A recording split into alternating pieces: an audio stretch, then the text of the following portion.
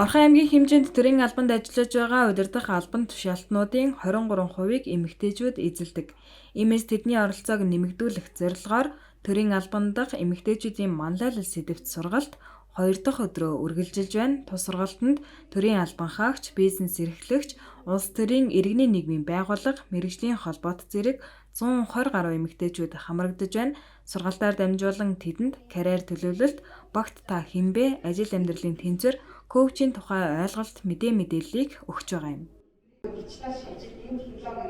За энэ сургалтыг яагаад явуулах болсон бэ гэхээр ер нь 2019 онд хийгдсэн энэ төслийн хүрээнд хийгдсэн судалгаагаар эмэгтэйчүүд удирдах албан тушаалд очиход бас тодорхой хэмжээний ур чадварууд дутагдaltaй байна. Энэ ур чадваруудыг нөхөх ийм сургалт манлайлалын хөтөлбөрөөр шаардлагатай байна гэсэн юм дүгнэлт гарсан юм байлээ. Тэгээд энэ хүрээнд бол энэ хөтөлбөр сургалтууд бол явагдаж байгаа. За манай байгууллага мөн түүний зэрэгцээ улс төр дэх эмэгтэйчүүдийн манлайлал гэдэг энэ хөтөлбөрийг 30 дахь жилдээ хэрэгжүүлж яваа ийм Монголын эмэгтэйчүүдийн ууган байгууллага байгаа. Тэгээ энэ хөтөл сургалт маань эхний 2 өдөр бол төрийн албан дахь эмэгтэйчүүдийн манлайлал гэдэг сургалт, дараагийн 2 өдөр бол улс төрийн манлайлалын сургалтаар үргэлжлэх байгаа. За ер нь бол эмэгтэйчүүд төрийн албанд Монгол улсад хэр зэрэг ажиллаж байна гэвэл нийт төрийн захиргааны төрийн албанд ажиллаж байгаа эмэгтэйчүүдийн 60-аас дээш хувийг тийм ээ. Англиар ногоод үзэх юм бол эмэгтэйчүүд ажилладаг. Гэсэн хэдий боловч удирдах албан тушаалд ажиллаж байгаа эмэгтэйчүүдийн тоо бол хангалтгүй байна. Жишээ нь гэхэд аймгийн засаг даргаар сая дөнгөж ганцхан эмэгтэй томилогдлоо тийм ээ. Улс төрийн албан тушаалд ажиллаж байгаа нийт ажилтнуудын 27% нь эмэгтэйчүүд байгаа. Тэргүүн түшмэл, ахлах түшмэл гэдэг энэ төрийн захиргааны албан тушаалын ангиллан дээшлэх тусам эмэгтэйчүүдийн тоо буурдаг ийм уруу хандлага тогтсон. Ингээд шийдвэр гаргах түвшинд эмэгтэйчүүдийн нөхцөл байдал тоо болол хангалтгүй байгаа юм аа. Тэгэхээр мэдээж юуны төрөнд бол хэрэгцээ орчин чухал, тогтолцоо өөрөө чухал тийм ээ. Тэгэхээр Монгол Улсын төрийн албаны тухай хууль, за дээрэс нь гендерийн тэгш байдлын тухай хуулинд тодорхой квотуудыг тогтоож өгсөн байгаа. Тэгэхээр энэ квотууд байгаа дээрэс нь төрийн албаны нөгөө мэрит зарчим үйлчилж байгаа учраас эмэгтэйчүүдийн хувьд бол удирдах албан тушаалд очиход бол бүрэн боломжууд бол байна гэж ингэж хүмүүс үздэг, хардаг тийм ээ.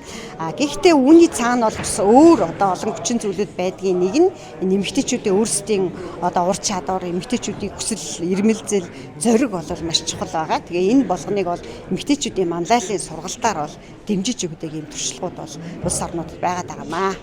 Ер нь бол та бүгд мэднэ шийдвэр гаргах түвшинд эмэгтэйчүүдийн оролцоо байна гэдгийг ганцхан Монгол улс ш дэлхийн нийтээр энэ шиг хандлагч аваад олон амжилттай хэрэгжүүлж байгаа юм улс орны жишээ байдаг. За энэ Монгол улсад бол энэ хөтөлбөр бол сүүлийн бар 20 гаруй жил эмэгтэйчүүдийн шийдвэр гаргах зөвхөн улс төр ихгүй байна шүү дээ. Шийдвэр гаргах түвшинд эмэгтэйчүүдийн тоог нэмэгдүүлэх энэ чиглэлээр явж байгаа. Энэ дээр бол улс төрийн намууд бол өөр өөрсний байр суурьтай оролцдог байхаа. Бидний хувьд бол түрүүний танд хэлсэн энэ 23% гэдэг бол шийдвэр гаргах түвшин гэдэг бол дан ганц улс төрийн биш, төрийн албанд ажиллаж байгаа шийдвэр гаргах түвшинд удирдах албан шууд ажиллаж байгаа эмэгтэйчүүдийн бас хувь оролцоо нийлээд 23% гэсэн. Энэ бол манай манлайлалын энэ хөгжлийн хөтөлбөрийг хэрэгжүүлэх явцад гарсан судалгаануудад гарсан юм тоогоо. Тэгээд энэ өнөөдрийн хөтөлбөр ер нь энэ манай энэ хөгжүүлэх хөтөлбөр маань ч гэсэн айл ал талаараа энэ эмэгтэйчүүдийн оролцоог нэмэгдүүлэхэд чиглэсэн юм хөтөлбөр гэж ойлгож байна.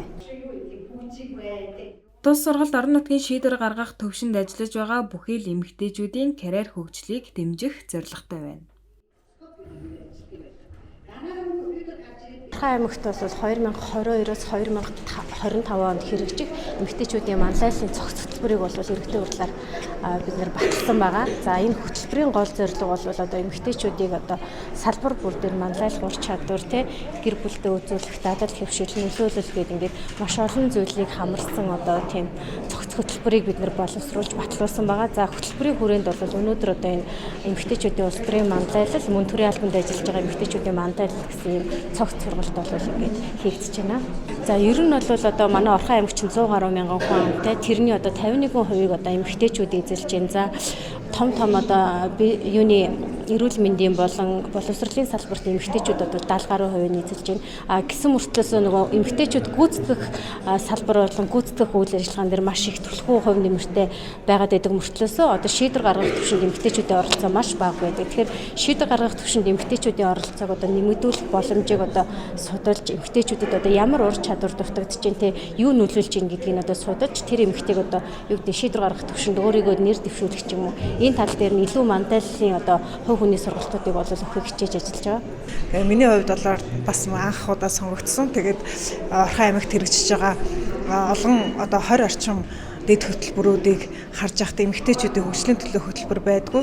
Тэгээд сонгогдсныхаа дараа нөгөө Орхон аймгийн ээлжид 2 дугаар хуралдаан дээр энэ эмэгтэйчүүдийн хөгжлийг дэмжих дэд хөтөлбөрийг санаачилж ингээд батлуулсан байгаад энэ маань одоо засаг даргын мөрийн хөтөлбөрт орж Орхон аймгийн засаг даргын тамгын газар болон эмэгтэйчүүдийн чиглэлээр үйл ажиллагаа явуулдаг төрийн бус байгууллагууд болон одоо нийгмийн бодлогын хилцэс гэх мэтлэн бүхий л одоо холбогдох хүмүүсээс ингэж эмэгтэйчүүдийн хөгжлийг дэмжих хөтөлбөрийг баталсан байгаа. Тэгээд үүний үр дүн бол өнөөдөр ингээд эмэгтэйчүүдийн шийдвэр гаргах төвшнийг сайжруулах энэ нийгэмд манлайлах юм чадварыг нь хөгжүүлэх энэ талтай холбогдуулж ийм одоо 4 өдрийн сургалт хийгдэж байна. Тэгээд энэ сургалт маань болохоор олон эмэгтэйчүүдэд урам зориг өгсөн одоо нийгэмд өөрсдөө таниулах шийдвэр гаргах төвшөнд улам олголоо болж одоо нийгэмд манлайлж ингэж явахт нэмэр болох хаа гэж бодож байна. Тэгээд миний хувьд бол том баяртай байна. Сургалт нийт 4 өдрийн турш үргэлжлэн эхний 2 өдөр төрийн албан дах эмэгтэйчүүдийн манлайлал сэдвээр сургалт зохион байгуулах бол дараагийн 2 өдөр эмэгтэйчүүдийн улс төрийн оролцоо сэдвээр үргэлжлэх юм байна.